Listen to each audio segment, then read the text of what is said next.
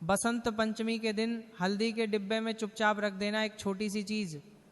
मित्रों, धन को चुंबक की तरह खींचने लगेंगे। इतना पैसा आएगा कि संभाले नहीं संभाल पाओगे और जिंदगी में कभी पीछे मुड़कर नहीं देखना पड़ेगा। जी हाँ दोस्तों, देखिए ये उपाय स्वयं माँ लक्ष्मी ने बताया है। तो अगर ये उपाय आपके कानों तक पहुंच रहा है, अगर आप इसे सुन रहे हैं, तो इसे साक्षात्कार माँ लक्ष्मी का आशीर्वाद मान लेना। क्योंकि देखिए, बसंत पंचमी में कोई साधारण त्योहार या कोई साधारण दिन नहीं है। अक्सर आपने बचपन से लेकर अभी तक सिर्फ सुना है कि बसंत पंचमी का त्योहार है, उस सिर्फ माता से संबंध रखता है। लेकिन नहीं, बसंत पंचमी का दिन माँ सरस्वती के साथ साथ धन की देवी माँ लक्ष्मी से भी संबंध रखता है। दोस्तों देखिए, आज जिस उपाय की बात आज हम इस वीडियो में करने वाले हैं, उस उपाय की व्याख्या ना तो आपको किसी शास्त्र में मिलेंगे और ना ही किसी पुराण में मिलेंगे। क्योंकि प्राचीन काल में कुछ विशेष ज्ञानियों एवं जैसे मुनियों को ही इस उपाय के बारे में पता था और उन्होंने सिर्फ अपने चेलों को ही बताया था।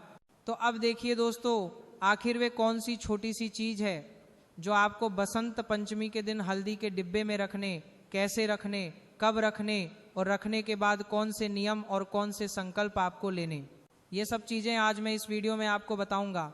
देखिए, तो पूरे 144 वर्षों के बाद एक बहुत ही खास और महत्वपूर्ण योग बसंत पंचमी पर बन रहा है।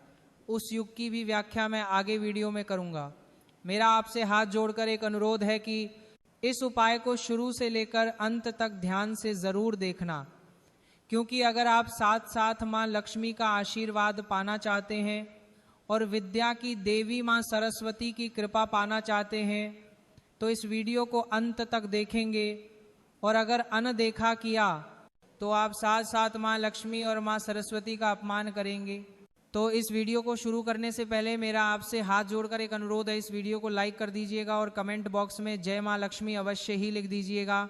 माँ लक्ष्मी आपकी सभी मनोकामनाएं पूर्ण करेगी। तो दोस्तों देखिए, बसंत पंचमी का महत्व शास्त्रों में बहुत स्पष्ट रूप से बताया गया है और इसका संबंध सीधे विद्या, बुद्धि, वाणी और धन की स्थिरता से जोड़ा गया। अब यहाँ पर समझने वाली बात क्या है? धन की स्थिरता यानी कि धन को स्थिर करना, हमेशा अपने पास ही का रखना, जिससे धन की कमी ना हो। तो दोस्तों देखिए, शास्त्र कहते कि माघ महीने की शुक्ल पक्ष को विद्या देवी प्रकट हुई थी। इसीलिए यह दिन केवल पूजा का नहीं बल्कि जीवन की दिशा तय करने वाला दिन माना गया है। माना गया है कि अगर हम चाहें तो अपने जीवन को एक बेहतरीन मोड़ की तरफ लेकर जा सकते हैं, या चाहे तो हम वैसे ही अपने जीवन को जीत सकते हैं साधारण तरीके से जो अब तक जीतते आए हैं। जी हाँ दोस्तों, पुराने ग्रंथों में लिखा गया है कि इस तिथि से साल के अच्छे कर्मों की शुरुआत करनी चाहिए, हमारे जीवन में परिवर्तन करने चाहिए। क्यों? क्योंकि इस दिन किया गया छोटा सा काम, छोटा सा नियम पूरे साल असर दिखाता है। शास्त्रों में यह भी बताया गया है कि धन तभी टिकता है जब बुद्धि ठीक हो, वाणी संयमित और घर का अन्न शुद्ध हो। क्यों? क्योंकि जिस घर में अन्न शुद्ध रहेगा, माँ अन्नपूर्णा का स्थान शुद्ध रहेगा, जिस घर की रसोई शुद्ध रहेंगे, वह साथ साथ माँ लक्ष्मी विराजमान रहेंगे। देखिए, इसी कारण बसंत पंचमी को पढ़ाई शुरू कराई जाती है, नए काम की शुरुआत होती थी और घर के अन्य स्थान को विशेष रूप से शुद्ध किया जाता था। लेकिन आज के समय में लोगों को इन सब चीजों में विश्वास नहीं होता है। लोग महज है हमारे शास्त्रों को, हमारे त्योहारों को एक मजाक समझते हैं। लेकिन देखिए, अगर आपके घर में काफी लंबे समय से क्लेश और विवाद हो रहे हैं, अगर आपके घर में ऐसा नहीं रहा, आप जितनी मेहनत करते हैं उतना पैसा नहीं मिल पाता है, या कभी कभी फिजूल खर्च हो जाता है, बीमारी में पैसा लग जाता है, पैसों के कारण पति पत्नी में वाद विवाद होते हैं, घर का माहौल बिगड़ता है, या फिर कोई बीमारी आपको लंबे समय से गहरे हुए, तो देखिए आज इन सभी परेशानियों को मैं जड़ से समाप्त कर दूंगा। क्योंकि जो उपाय मैं आपको बताने वाला हूँ, उपाय साधारण तो बिल्कुल भी नहीं है। क्योंकि मैंने आपको बताया कि साक्षात स्वयं माँ लक्ष्मी ने यह उपाय बताया है। तो देखिए, जहाँ अन्न का अपमान होता है वहाँ लक्ष्मी कभी नहीं रुकी रही है। यह बात आप भी जानते हैं और शास्त्रों में बहुत महत्वपूर्ण तरीके से इस बात को बताया गया है। जहाँ अन्न का सम्मान होता है वहाँ चाहे आय कम हो फिर भी कभी भयानक कमी नहीं आती है। इसी वजह से रसोई को शास्त्रों में लक्ष्मी का स्थायी स्थान कहा गया। शास्त्र बताते हैं कि हल्दी केवल मसाला, जी हाँ दोस्तों, बल्कि एक पवित्र द्रव्य है, बल्कि एक पवित्र चीज है जो भोजन को शुद्ध करता है और घर की नकारात्मकता को भी रोकता है। इसीलिए तो हमारे शास्त्रों में बताया गया है कि हल्दी को हमेशा ढक्कन साफ और सूखे जगह पर रखने का नियम बताया गया है। तो दोस्तों देखिए, हल्दी महज एक खाने की चीज़ नहीं है। हल्दी का लोग क्या इस्तेमाल करते हैं? हल्दी डालने से सब्जी में कलर चेंज हो जाता है, पीला रंग आ जाता है। लेकिन हल्दी सिर्फ खाने की चीज़ को ही नहीं बदलती है, बल्कि हल्दी हमारी किस्मत की रेखा और हमारे भाग्य को बदल सकती है। हल्दी का प्रभाव इतना अधिक है कि अगर आपने दोस्तों बसंत पंचमी के दिन हल्दी के डिब्बे में मेरे द्वारा बताई गई छोटी सी चीज़ रख दी तो फिर चाहे कुछ भी हो जाए, आपको मालामाल, आपको करोड़पति बनने से कोई नहीं रोक सकता है। दोस्तों देखिए, बताया गया है कि जो चीज़ रोज के भोजन में जाती है वहीं घर के भाग्य से जुड़ जाते, और हल्दी में लगभग हर घर के भोजन में जाती है। अक्सर जब हम रात को या सुबह खाना बनाते हैं तो ऐसी कोई सब्जी नहीं है जिस सब्जी में हल्दी का प्रयोग नहीं होता है। हमारे हिंदू सनातन धर्म में देवी देवताओं को मसालों से भी जोड़ा गया है। जी हाँ दोस्तों, लेकिन इन सनातन धर्म कोई साधारण धर्म नहीं है। सनातन धर्म में अन्न को अन्न देवता माना गया है, जल को जल देवता माना गया है, आग को अग्नि देवता माना गया है और धरती को धरती मातक माना गया है। जी हाँ दोस्तों, जो हवा चलती है उसे भी वायुदेव कहते हैं। तो हमारे धर्म की ही तो खूबसूरती कि हमारे धर्म में हर चीज़ का सम्मान होता है। अब देखिए दोस्तों, आप यहाँ पर जो उपाय सुनने आए हैं उस उपाय की ओर तो मैं बताऊंगा, लेकिन उससे पहले आपको ये चीज़ भी ध्यान रखना है कि उस उपाय से संबंधित नियम का पालन जरूर करना है। उस उपाय से संबंधित सावधानी आपको जरूर बरतनी है और उस उपाय से संबंधित संकल्प भी आपको लेने पड़ेंगे। कई बार लोग क्या करते हैं कि सिर्फ उपाय सुन लेते और वीडियो को बीच में छोड़ देते हैं, तो इस वजह से फिर होता है कि उपाय का उल्टा प्रभाव होने को देखता है। अब देखिए दोस्तों, कहा गया है जो चीज़ रोज के भोजन में जाती है वह इंसान के भाग्य से भी जुड़ जाती है, और हल्दी लगभग हर घर के भोजन में जाती है। इसलिए हल्दी का डिब्बा पूरे घर के अन्न का प्रतिनिधि माना गया है। इसी शास्त्रीय सोच से एक गुप्त नियम बताया गया है जिससे लिखा कम गया और बताया ज़्यादा गया है, क्योंकि शास्त्र कहते हैं कि जो उपाय गुप्त रखा जाए वहीं पूरा फल देता है। इस नियम में बस इतना करना बताया गया है कि बसंत पंचमी के दिन सुबह स्नान करने के बाद बिना किसी शोर शराबे के हल्दी के डिब्बे को साफ किया जाए। मैं सबसे नीचे पीपल के पेड़ से अपने आप गिरा हुआ एक छोटा सा सूखा बीज रखा जाए। जी हाँ दोस्तों को देखिए, मैंने आपको गुप्त चीज़ बता दे जिससे हल्दी के डिब्बे में रखना है। क्या करना है कि आपके घर के आसपास यदि पीपल का पेड़ और पीपल के पेड़ से कोई पत्ता अपने आप गिर रहा है और बीज गिर रहा है तो उस बीज को लेकर आना है। ऐसा नहीं कि आप पीपल के पेड़ पर चढ़कर तोड़े बाहर से खरीद कर लाए, बिल्कुल भी नहीं करना है। देखिए, वो जो बीज है वह खरीदा हुआ नहीं होना चाहिए, तोड़ा हुआ नहीं होना चाहिए, क्योंकि शास्त्रों में लिखा है कि जो वे स्वयं प्राप्त हुए शुद्ध मानी जाती है, और कि पीपल को शास्त्रों में कभी न खत्म होने वाली शक्ति का प्रतीक माना गया है। और जब उसका बीज अन्न के साथ रखा जाता है तो ये संकेत माना जाता है कि घर का अन्न और धन दोनों टिके रहे। देखिए दोस्तों, अब पीपल का पेड़ है वह साधारण तो नहीं। हमारे शास्त्रों में बताया गया कि पीपल में 7-7-33 कोटि देवी देवताओं का निवास होता है। माँ लक्ष्मी से लेकर हमारे पितरों तक हमारे कुल देवी देवताओं तक पीपल के पेड़ में निवास करते हैं। हाँ, तो दोस्तों देखिए, इस चीज़ को रखते वक्त इसके लिए कोई मंत्र ने बताया गया है कि आपको यह मंत्र बोलते हुए बीज हल्दी के डिब्बे में रखना है, बिल्कुल भी नहीं है।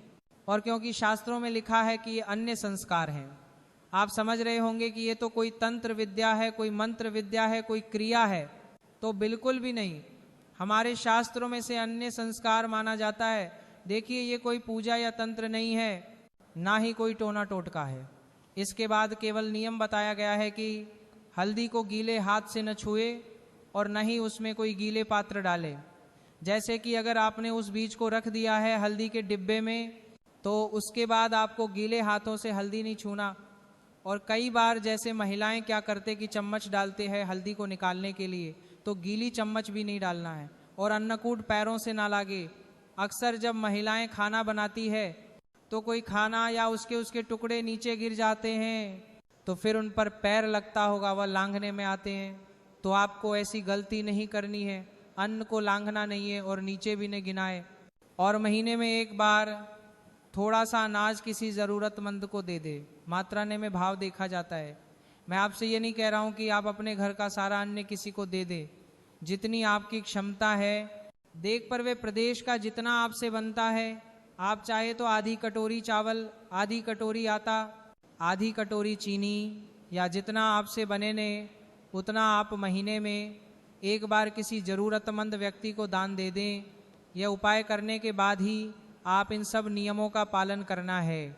उसके बाद देखिए, शास्त्रों में भी साफ लिखा है कि ऐसे नियम का प्रचार नहीं करना चाहिए, क्योंकि अक्सर लोगों की आदत होती है कि जैसे वह कुछ उपाय करते हैं तो उपाय करते सबसे पहले आसपास के लोगों को बता दिया गया, परिवार के लोगों को बता दिया गया, मित्रगण को बता दिया, रिश्तेदारों को बता दिया। तो ऐसा नहीं करना है। अगर आप ये उपाय कर रहे हैं तो इस उपाय का सबसे कठोर नियम यही होगा कि ये उपाय आप बिल्कुल गुप्त रखें।